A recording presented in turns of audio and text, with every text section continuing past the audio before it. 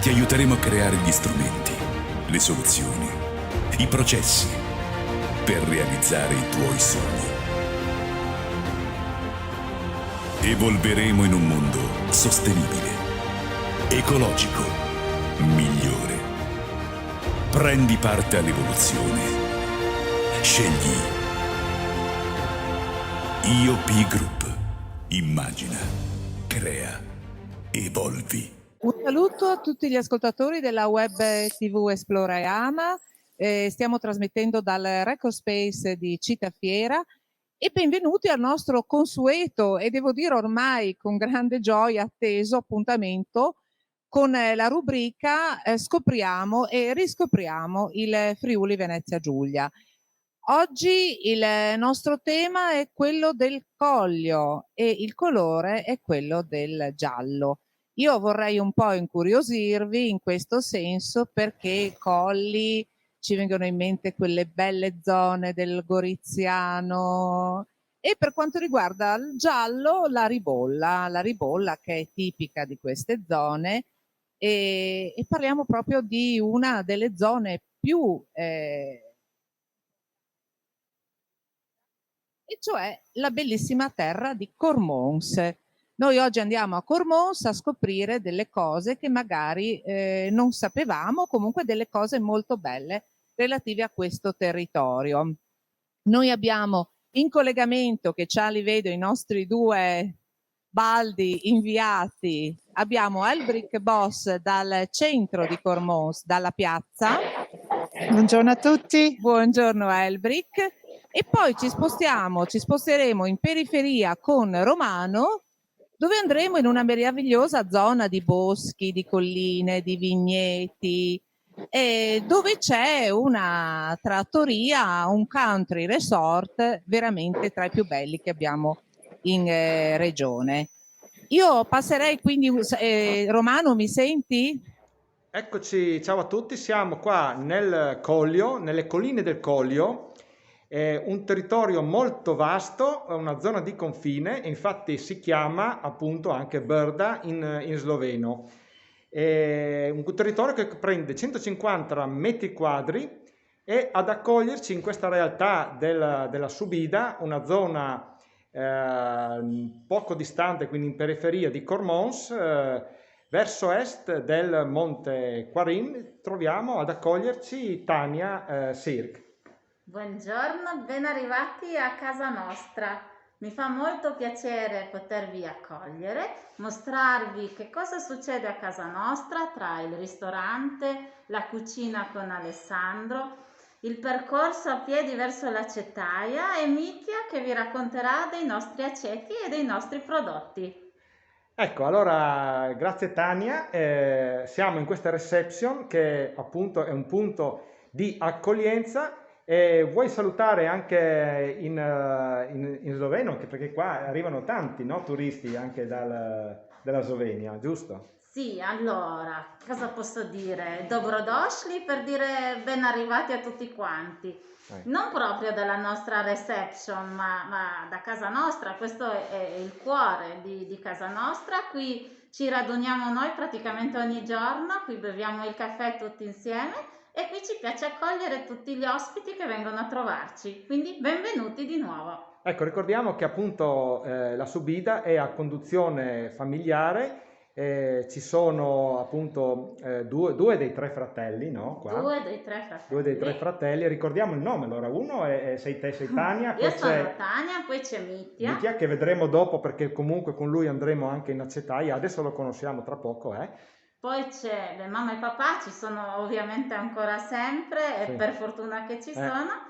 E a questa famiglia si è aggiunto Alessandro in cucina che è anche mio marito, ma diciamo che la Subida è grande ed è forte perché oltre alla famiglia c'è un bel gruppo di ragazzi, di nostri collaboratori che credono e che aiutano il nostro sogno ad andare avanti. Ecco, questa è una realtà molto, molto ampia, offre tantissimi servizi per tutti i gusti, soprattutto anche per gli sportivi. sportivi anche che vanno a cavallo, no? Perché c'è anche un maneggio qua, no? Qua Sì, vicino. sì, proprio qui dietro c'è il maneggio. Ecco. Sì.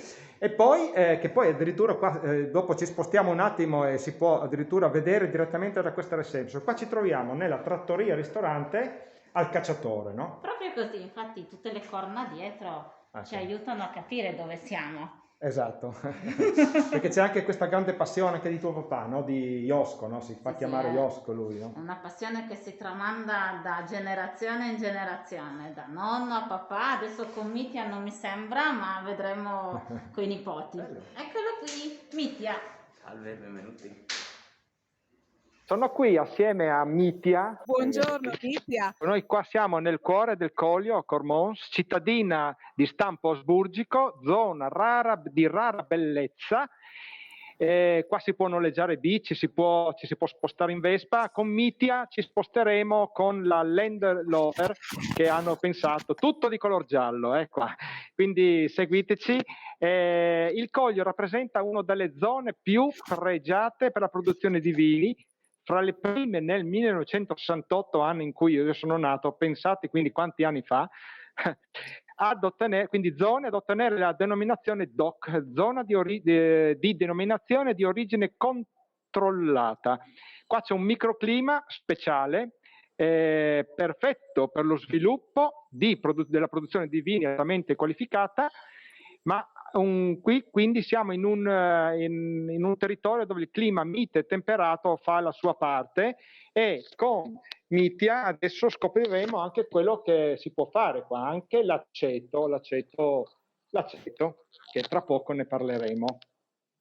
Noi adesso ci spostiamo da Romano, che ci aspetterà alla trattoria al Cacciatore, la Subida, per andare in piazza a Cormons con Elbrick. Elbrick, ci sei? Sì, eccomi, ci sono. Eccoci Buongiorno. qua. Sì. Allora, Raccontaci un po'. mi trovo non proprio nella piazza principale di Cormons, perché lì volevo mettermi, ma c'è un sacco di traffico, anche se Cormons è un piccolo paese, passavano tante macchine, ma ve ne parlo sicuramente anche di un'altra chiesetta molto interessante per quanto riguarda una Madonnina molto speciale. Adesso in questo momento mi trovo davanti al Duomo, quindi la chiesa principale di Cormons, intitolato a Sant'Adalberto, che era un vescovo boemo, un vescovo martire, perché fu ucciso nel lontano 900, ancora poco prima dell'anno 1000, e la chiesa è intitolata a lui. È una chiesa in stile barocco, è stato costruito alla metà del Settecento, e all'interno c'è anche una curiosità, purtroppo non è visitabile, ma nel sotterranei ci sono delle celle dove si trovano ancora delle mummie del Settecento, ma purtroppo non è visitabile. Comunque è una curiosità, sì, che tanti magari non lo sanno. Allora, Cormons si trova appunto ai piedi del Colle Quarin, che è questa collina, cioè, non è proprio una montagna, ma è una collina bella alta, che da sempre è stato un punto strategico, da dove già in epoca celtica, in epoca romana, c'erano i castrum, no? Queste fortificazioni e anche queste torri di guardia, perché da lì si vedeva tutta la vallata, poi con un sistema di fare fumo si poteva avvisare diciamo, la popolazione in caso di un'invasione. Sappiamo che già in epoca quindi romana, celtica, qua vivevano delle persone, e probabilmente la parola Cormons viene da un nome di una tribù gallica che si chiamavano Carmones. È una piccola cittadina di circa 7.000 abitanti, però diciamo è proprio al centro del famoso, no, Collio, questa bellissima zona del vino, dei famosi vini, soprattutto i vini bianchi, ma non solo, che vengono prodotti qua. Alcuni tra essi addirittura i nostri famosi vini autoctoni, no, come il friulano o il vecchio Toccai, o la ribola gialla o il Piccolizz, ma ovviamente c'è anche una grande offerta di vini internazionali per accontentare anche il mercato internazionale, il mercato oltreoceano, come il Pinot Grigio, Sauvignon, Chardonnay, Merlot. Insomma, siamo proprio nell'ombelico della zona DOC Collio. E questa zona è famosa per il microclima di cui vi parlava già Romano, no? Quindi grazie alla protezione delle Alpi Giulie e l'arrivo dell'aria umida, calda dal nostro mare, è un'ottima zona per produrre i vini, ma anche il terreno è molto speciale, perché il terreno è fatto di un materiale che lo chiamano flitz, sarebbe la ponca, si chiama la marna e arenaria. E è un terreno molto fertile perché è pieno di calcare e di minerali. All'interno di questa ponca addirittura si trovano i resti dei piccoli fossili che vivevano nel nostro mare. È un terreno molto fertile, l'unico difetto è che è molto fraibile e facile erodibile, quindi con la pioggia e col vento si sbriciola, si rischia di scivolare giù. Per questo motivo tutti i vigneti sono fatti su dei terrazzamenti qua nel Coglio, questi terrazzamenti sulle colline per far sì che il terreno è dritto, non scenda, perché altrimenti questa ponca, no, rischia di scivolare giù. E qua abbiamo anche vari paesi che magari iniziano con la parola ronchi. Ronchi o ronchi friulano significa proprio che le colline sono attrezzate da questi gradoni, questi terrazzamenti dove crescono poi le vigne, no? Questo significa la parola ronchi. Allora, Cormons era già abitato quindi dai Romani, ma diventa, diciamo, più importante quando addirittura, a partire dall'inizio del 600, il famoso patriarca di Aquileia si trasferisce a Cormons. Come mai a Cormons? Noi sappiamo che ha avuto la residenza a Aquileia per un certo periodo sull'isola di Grado, Cividale, Udine. Praticamente c'è stata una divisione nella Chiesa dove si sono creati due patriarchi, uno sulla terraferma, patriarca di Aquileia, e uno sull'isola di Grado, che diventerà poi il patriarca di Venezia, che era sotto, diciamo, l'impero bizantino, dove il patriarca di Aquileia era sotto l'impero dell'Occidente, no? In quegli anni comandavano sulla terraferma i Longobardi, quindi lui va a vivere nel castello dei Longobardi per circa 125 anni e abbiamo anche qua una bellissima chiesetta, la chiesetta di San Giovanni Battista, che addirittura è stata costruita sui resti dell'antica basilica patriarcale di questo patriarca che era il patriarca Fortunato. Poi nel 700, intorno al 730 circa, si sposta a Cividale. Quindi sede dei patriarchi e poi diventa col tempo questo territorio poi col tempo passa in mano ai famosi conti di Gorizia, no? Ma non senza problemi, perché visto che era per un periodo donato dal imperatore ai patriarchi, ci sono sempre state queste guerre, questi litigi tra patriarchi di Aquileia e i conti di Gorizia, che diverse volte si sono proprio attaccati e hanno distrutto anche purtroppo tanti castelli che erano in cima alle colline qua nel Coglio.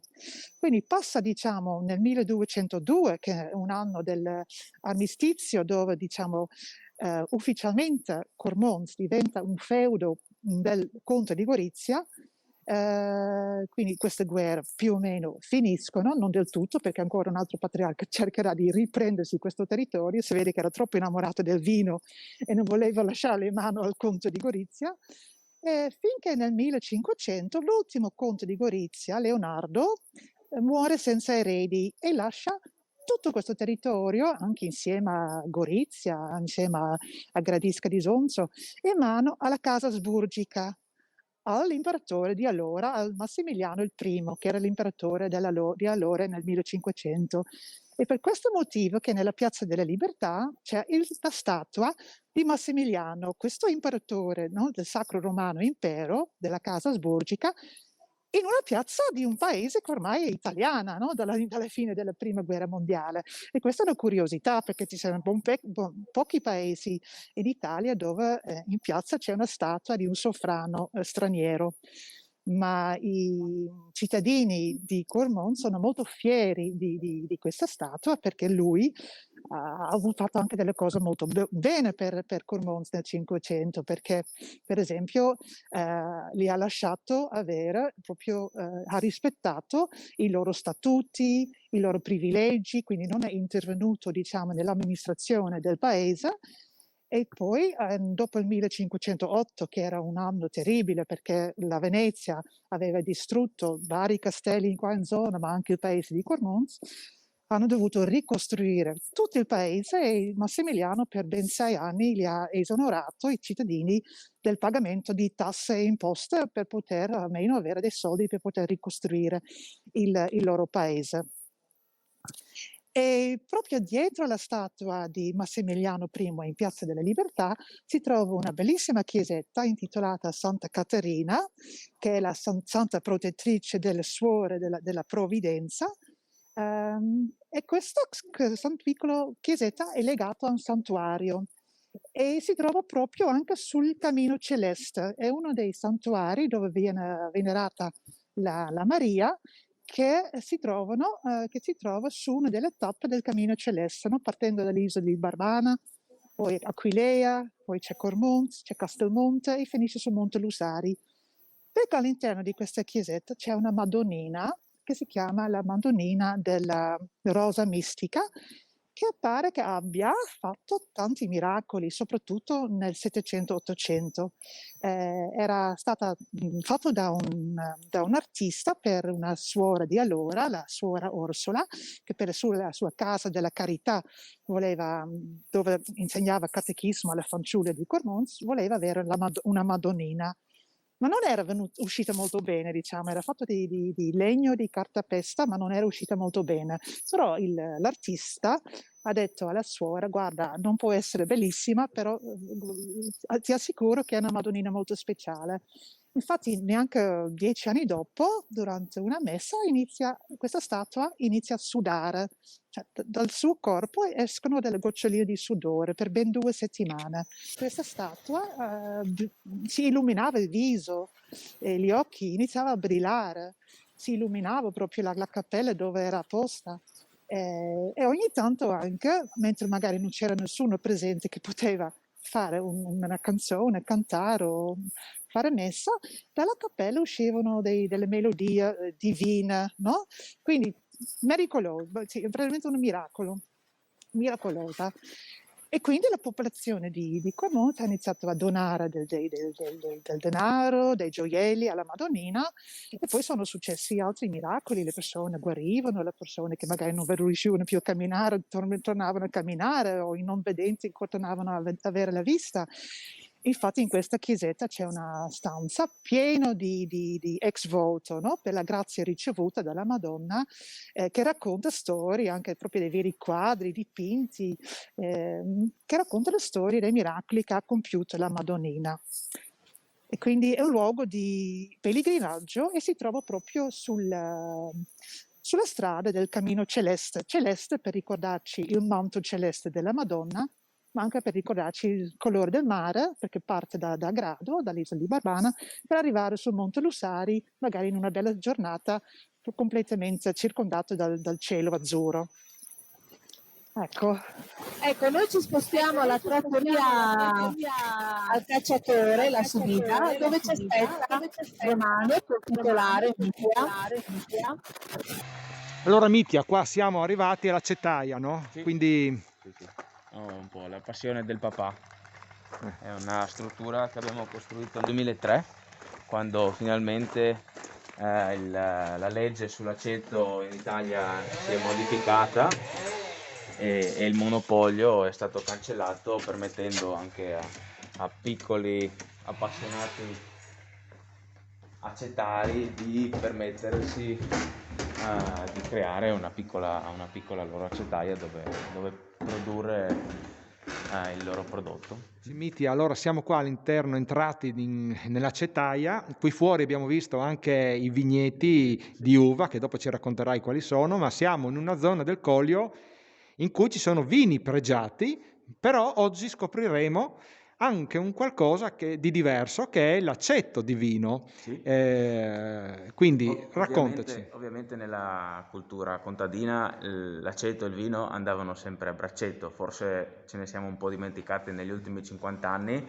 però in ogni famiglia di produttori c'era anche la botte di aceto, ed è un po' questo che ha mosso il papà a produrre un aceto, forse cercando un pizzico più di particolarità, però ecco, di mantenere viva questa nostra storia, questa nostra parte culturale. Noi facciamo un aceto che chiamiamo aceto d'uva, e quindi da quel vigneto qui fuori raccogliamo le nostre uve di ribolla, non le portiamo in una cantina dove verrebbero vinificate in vino, ma le portiamo direttamente in acetaia. Questo è un po' il nostro gruccio. Le uve vengono portate in acetaia, fermentate qui in acetaia, e senza mai separare la buccia dal mosto vino, lasciamo che questa macerazione prosegua per almeno un anno. Questa tecnica, questa nostra peculiarità dona al nostro aceto un sapore e soprattutto un'aromaticità veramente uniche che fanno sì di riconoscerlo nel mezzo degli altri aceti di vino con una spiccata personalità. Lo chiamiamo appunto aceto d'uva proprio per puntualizzare il fatto che l'uva, come materia prima di qualità, rimane con l'aceto per almeno un anno. Dopo questo primo anno abbiamo bisogno delle botti per la nuova vendemmia, e quindi queste uve vengono torchiate con un semplice torchio manuale. Sì, che vediamo anche qua, sì, appunto. Questo qui è proprio lui. E poi messe a riposare, e poi l'aceto liquido messo a riposare e a maturare in tutte queste piccole botti che sono nell'acetaia, così, a fare scena. Resta nelle botti per un tempo che varia in base alla stagione e al carattere dell'aceto, tra le 2 e le 3 ai 3 anni ancora, fino ad ottenere poi un aceto sì armonico, che però ha ancora quel suo bel nervo acido che lo contraddistingue.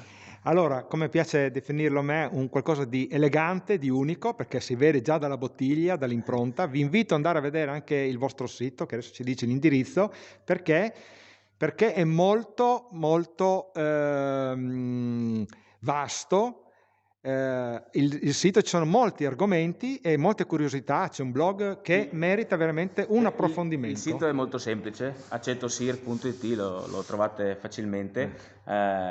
Il papà vi spiegherà in modo più dettagliato le fasi produttive, quello che facciamo durante l'anno, ma se posso darvi un consiglio, troverete in una delle finestre del sito questo libretto, i 100 modi di usare l'aceto al di fuori dall'insalata. Perché ve lo consiglio? Perché purtroppo, così come c'è stato un regresso della cultura produttiva, c'è stato anche un regresso nella cultura dell'utilizzo. L'aceto non è un prodotto per l'insalata e per pulire la cucina, è un prodotto che dovrebbe ritornare in modo prevalente nell'enogastronomia quotidiana di tutti noi, magari non nella grande quantità così come si faceva una volta, magari in piccole dosi.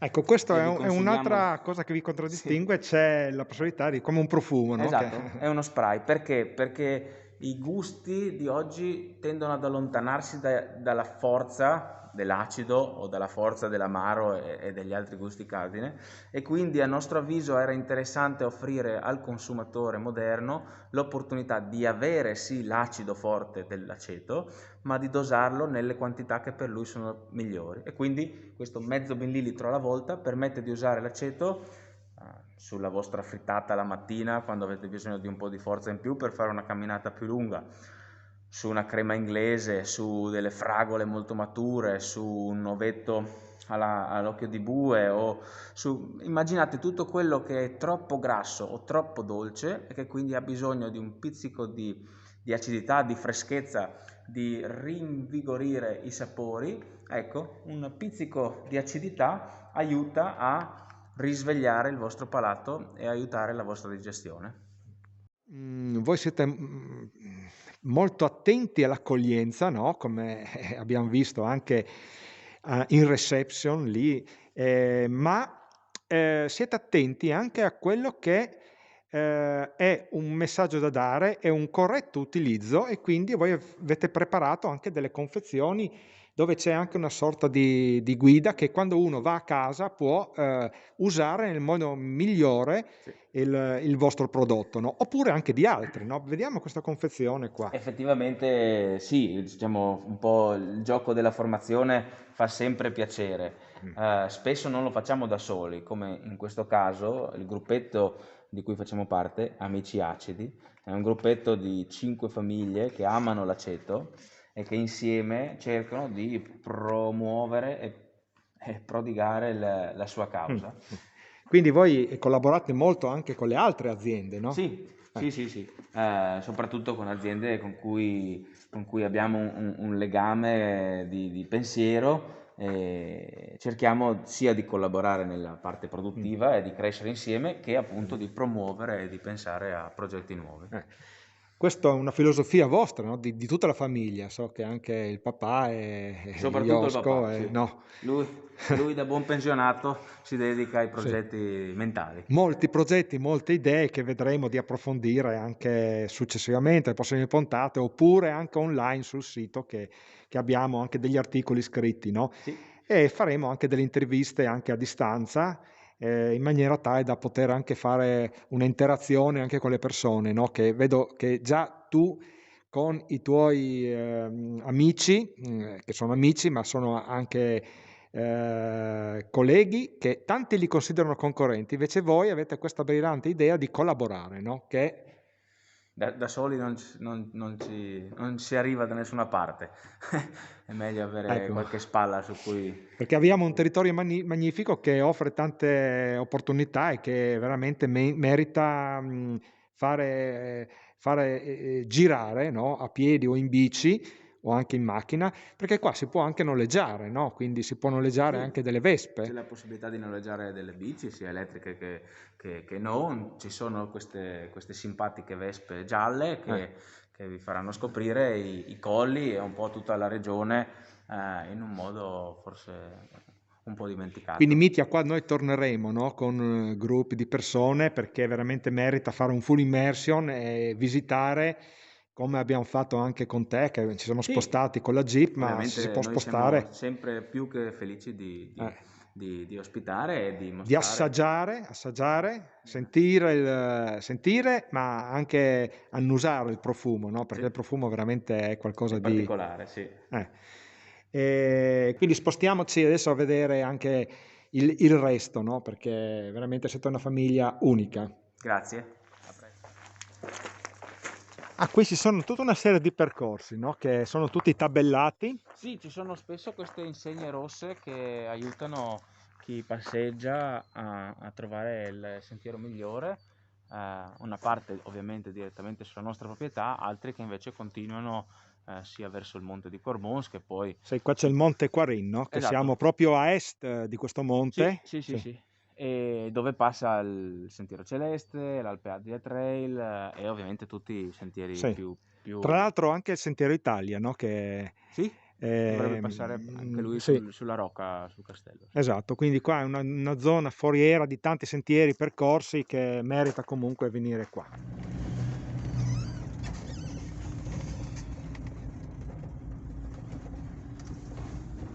Alla fine adesso stiamo facendo un percorso, giusto? Qua all'interno del vostro... Sì, è un piccolo anello che insomma ci permette di vedere un po' i vari angoletti della subida. Vi ricordiamo che voi avete anche il maneggio qua, quindi questi qua sono i vostri cavalli, si può anche fare attività, oppure si può venire appunto anche qua in mountain bike, in e-bike, tutti i percorsi tabellati, no? Sì, per lo più sì. Sei uno sportivo anche te, Mitja? Io vado a correre, sì, e vado in bici da strada. Ricordiamo che qua c'è anche la gara, no? Che ecco. L'ecomaratona, sì, del Coglio Berda.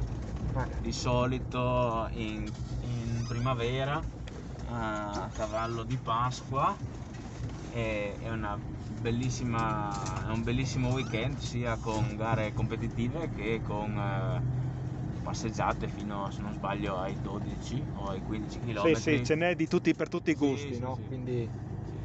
Poi la cittadina si riempie di entusiasmo ed è una bellissima giornata da passare nelle nostre colline. Ecco, qua siamo in una zona tra l'altro a basso impatto di traffico, no? E quindi... Anche la bici è un gran piacere. Ci sono anche delle aree attrezzate qua anche per i camper, giusto? Sì, noi avendo uno spazio adatto abbiamo dedicato appunto una parte a questo parcheggio con la possibilità di allacciarsi alla corrente in modo gratuito e di scaricare eventualmente le proprie acque. E quindi sì, proprio a fianco al maneggio c'è una piccola zona di sosta per i Invece cani. adesso qua stiamo passando davanti all'osteria, la Subida, no? Che è fatta anche gelato, no? Sì, abbiamo in estate qualche gusto in più, abbiamo una piccola produzione di gelati interni e poi casa madre. E qua invece abbiamo anche una bella realtà da osservare, che è molto curiosa, che spiega un po' anche il territorio con la vespa, no? Sì, gli animali. Sì. Ma che animale è quello che vediamo sempre con le corna? Il cervo è un po' la Il simbolo. passione per il papà e lo vedrete in modo frequente in subida. Ecco. Siamo in una zona completamente immersa nel verde, come vedete ci sono anche le bici gialle, c'è la vespa gialla, e tutte cose gialle in questo paradiso immerso nel verde. Una zona del Collio molto vasta, come sapete, e troviamo i migliori vini d'Europa, i vini bianchi, no? Ed in particolare possiamo notare appunto la ribolla gialla, ma anche il friulano, no? Una particolarità, un monticello che è un prima rialzo di una collinetta che si chiama Monticello, da cui leggenda narra che vicino a questa chiesa della Subida, a est del monte Quarin, una leggendaria fontana chiamata Fontana del Faet. Allora, siamo rientrati qua al cacciatore. Vi ricordo che chiaramente qua siamo veramente in un paradiso, perché ci sono tutta una serie di realtà collegate e gestite dalla famiglia Cirque, la Subida Country Resort, la trattoria al cacciatore, l'osteria La Subida, tra l'altro è anche un buon gelato, come abbiamo anche sentito da Mitia, no? C'è anche un maneggio, ci sono dei percorsi, c'è un'area camper, siamo in una zona tra l'altro anche fantastica, no? Questa zona è del Collio, quindi Cormons nel cuore di questa zona del Collio, si è separata dal fiume Isonzo verso sud, dal suo affluente di destra il fiume Iudrio invece verso nord. Poi abbiamo un'altra zona che va verso la Slovenia, appunto qua siamo in una zona transfrontaliera, infatti anche i collegamenti qua telefonici sono un po' in difficoltà perché appunto c'è l'influsso delle antenne della Slovenia, ma è l'unico neo che ti permette però di stare veramente tranquilli, quindi staccare la spina, stare, riposarsi oppure vivere queste emozioni in questo paradiso, no? Vi racconto una leggenda, nel frattempo andremo poi anche con l'altra figlia, sorella di Mitia, che è Tania, e andremo anche a fare una visita appunto anche nella parte gastronomica della cucina, no? Qua si cucina molto bene e come vedete il locale è molto ben curato. Volevo raccontarvi una leggenda, perché quando siamo arrivati qua in questa zona c'è anche ci sono delle collinette, c'è una chiesetta del Cristo e c'è anche una fontana, la fontana leggendaria del Faet. Ecco, questa leggenda narra una curiosità, che Gesù aveva molta sete, no? E allora che si trovava lì con Pietro e c'era anche il diavolo. Il diavolo stuzzicò Gesù perché appunto Gesù aveva sete e gli dice fai sgorgare l'acqua dalla terra, gli disse. Ecco, Pietro nel frattempo andò a cercare l'acqua, il diavolo insistette e disse a Gesù dai, fai sgorgare tu che fai miracoli l'acqua. E a questo punto Gesù, pressato, prese l'indice della mano destra e lo indicò sul terreno e a quel punto sgorgò l'acqua limpida, no? Il diavolo, spiazzato da questa mossa, cosa fece? Si buttò per terra cercando di fermare l'acqua, ma non riuscì a entrare in questa fessura dell'acqua e a questo punto dovette arrendersi e abbandonare, no? Questa è una leggenda per dirvi che oggi, a tuttora, c'è questa acqua. Oggi non è potabile, perché comunque questa è una sorgente sulfurea, ma in compenso possiamo bere invece un buon vino, come sapete qua l'azienda produce anche un vino e quindi almeno oggi possiamo bere un buon calice di vino, visto che l'acqua non è potabile. Ecco, Romano approfitta di bere il vino, va bene, il buon vino del Coglio. Allora dicevo che qua siamo a Cormons. Cormons ha due frazioni che sono Borgnano e Brazzano e moltissime località. Una località molto bella, tra cui parte anche il percorso qua, uno dei tanti progetti che porta avanti anche Iosco, è il progetto di Amare in Bici, no? Infatti il colore giallo è un altro modo per esprimere. Segnaliamo il sentiero delle Vigne Alte che parte proprio da qua, da questa zona, e altre cose vi invitiamo a seguirci e a venire con noi, perché adesso qua l'acquolina è veramente interessante, i profumi sono avvolgenti, quindi andiamo a vedere cosa bolle in pentola, no? Adesso chiediamo a Tania di presentarci la cucina, ma vediamo come gestiremo questa parte qua, perché qua ognuno ha un suo compito. Scopriamo forse un'altra persona. Chi è tuo marito? Sì, lasciamo il testimone velocemente. Eccovi Alessandro, mio marito. Bene. Alessandro, buongiorno. Buongiorno, ciao, come stai? Ti disturbiamo un attimo? Volentieri. Com'è la cucina? Vieni che ti accompagno, così la vediamo. Bene. Andiamo in cucina, allora lasciamo la reception, passiamo per questa parte qua. Alessandro, insomma, tu sei il capo chef qua. Così dicono, insomma, mi ha accusato mio suocero, mio suocero quando era ancora futuro suocero, di aver approfittato di avergli rubato la figlia per prendere anche la cucina, ma poi insomma mi sono anche dimostrato abbastanza bravo per poterla gestire. Ecco qua in mezzo a questi mestoli, no? Pentole, cosa si cucina qua di... Allora, la subida per tradizione è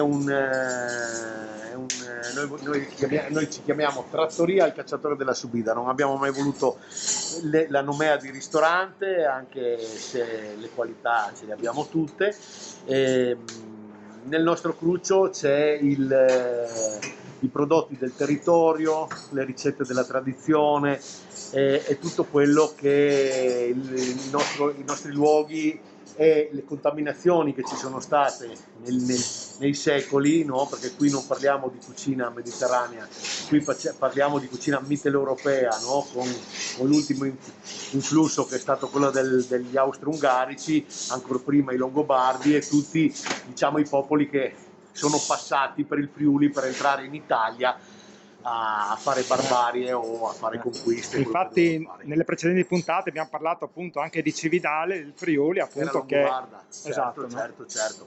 E dunque qui distiamo appunto pochi chilometri, no, da Cividale del Friuli. Quindi qua siamo a 18 chilometri da Cividale del Friuli, a 500 metri in linea d'aria dal confine con la Slovenia.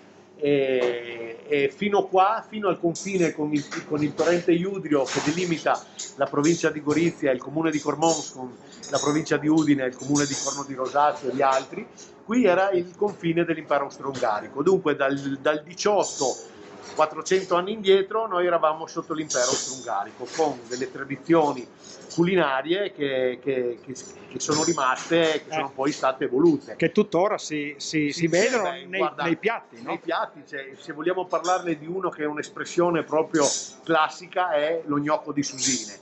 no? Lo gnocco di patate ripieno con la susina, questo è culturalmente proprio l'evoluzione dei gnocchi con la marmellata che hanno sempre fatto gli austriaci. Poi diciamo che negli ultimi 15 anni abbiamo lavorato per rialleggerire e portare a un tempo contemporaneo le ricette tradizionali. Diciamo adesso ci mettiamo davanti al camino per parlare un po' più tranquilli, senza le macchine che ci fanno un po' di fastidio di sottofondo. Ecco, però qua siamo in un posto veramente storico, no? Che quindi è stato anche influenzato, oppure avete colto delle opportunità storiche, perché qua sono passati molti popoli, no? Allora, sì, noi siamo fortunati perché Cormons, no, è un po' il cuore del Coglio come zona vitivinicola che è molto importante per il nostro turismo e così. E poi storicamente è stata una delle contee dell'impero austro-ungarico, dunque dal 1918 a ritroso per 400 anni noi siamo stati sotto l'impero austro-ungarico, che ha lasciato un segno importante anche nella gastronomia, come prima l'avevano lasciato i Longobardi e altri popoli che entrando attraverso il Friuli per invadere o per andare in Italia hanno sempre lasciato dei segni e dei timbri. Ricordiamo che appunto nelle scorse puntate abbiamo parlato anche di Cividale del Friuli, dove i Longobardi hanno lasciato un segno, sì, no? I Longobardi lì proprio un grande segno fa. Poi ce l'abbiamo qui vicino. Quanto dista, scusa, Cividale da qua? Cividale da qua sono 18 km circa, no? Quindi... Abbiamo Cividale, il confine con la Slovenia da noi è 500 metri in linea d'aria, e anche questa cucina slava ci ha dato diversi spunti, diversi influssi, no? Che li vediamo appunto in cucina, un piatto che... Allora, un piatto simbolo della cucina austro-ungarica sicuramente, che è rimasto molto simile, sono gli gnocchi di susine, no? Che sono un'elaborazione un po', diciamo così, friulana di questo, perché nel contesto degli austriaci, degli austro-ungarici, loro facevano i gnocchi con la marmellata dentro. Noi che avevamo molta frutta fresca, allora ci mettevamo le susine fresche dentro, no? Ma poi è la ricerca proprio degli ultimi 15 anni della nostra azienda nel cercare di alleggerire, di riportare attuale sia delle ricette che delle lavorazioni tradizionali che oggi non lo sarebbero. Pensiamo forse a Brovade Muset, che in un ristorante di qualità oggi sono difficilmente proponibili così come erano, no? Ecco, in questo caso volevo solo farvi un esempio di questi due prodotti. Noi abbiamo fatto un gioco l'altro inverno dove ci facevamo dare dal contadino le rape intere, le pelavamo e con un tornietto ne facevamo degli spaghetti. Vicino abbiamo fatto un ragù molto leggero di cotechino e abbiamo reinterpretato questo Brovade Muset con degli spaghetti di Brovada con un ragutino di cotechino, che è stato un gioco simpatico per far anche assaggiare alla gente dei piatti tradizionali in modo diverso e giocoso, in modo da renderli attuali. Perché qua vedo tanta selvaggina, ma appunto c'è anche chi caccia qua, no? Perché come Beh, nasce come trattoria al cacciatore, perché sia il padre di mio suocero che mio suocero erano e sono cacciatori, e dunque sì, Poi vediamo il fagiano, sì, no? Abbiamo un fagiano e un'anatra cacciate nel quadro. No, per noi la selvaggina è sempre stata molto importante e ancora oggi è una delle cose che ci contraddistingue di più nella ristorazione, anche perché abbiamo sempre usato delle tecniche molto semplici per servirla, con delle cotture veloci. Siamo stati un po' degli apripista, precursori, no? Sulla cucina, cioè sulla cottura rosata al sangue della selvaggina, che ci ha dato delle grandissime soddisfazioni sia a casa che in giro per il mondo, ecco. Ecco, quindi chiudiamo questa parentesi, adesso ci sposteremo in altri ambiti di questa realtà molto vasta. Ringraziamo Alessandro, no? Sì, grazie di tutto. Seguitelo perché lui è già mio amico su Facebook, ma quindi seguitelo anche lui, perché comunque lo taggeremo anche in delle chicche che scoprirete piano piano sempre seguendoci, no? Oltre che in questa puntata, ma ci sarà anche un articolo appunto nel nostro magazine dove parleremo anche di altri aspetti che non abbiamo parlato qua. E soprattutto anche su Instagram, no? Sì, certo. Come anche sei su presente Instagram. tu? Sì, proprio Alessandro Gavagna, anche su Instagram. Ecco, quindi cercatelo e sicuramente vedrete i piatti che vi innamorerete prima ancora di venire qua, e così adesso sapete chi c'è dietro le quinte, no? Grazie. Grazie mille a te, è stata una Ecco. bellissima intervista. Grazie. Ecco, io ringrazio Romano, ringrazio i nostri ascoltatori che ci seguono, che ci mettono il loro like, che ci incoraggiano ad andare avanti. Un saluto dalla Web TV Esplora e Ama. Alla prossima, buon proseguimento.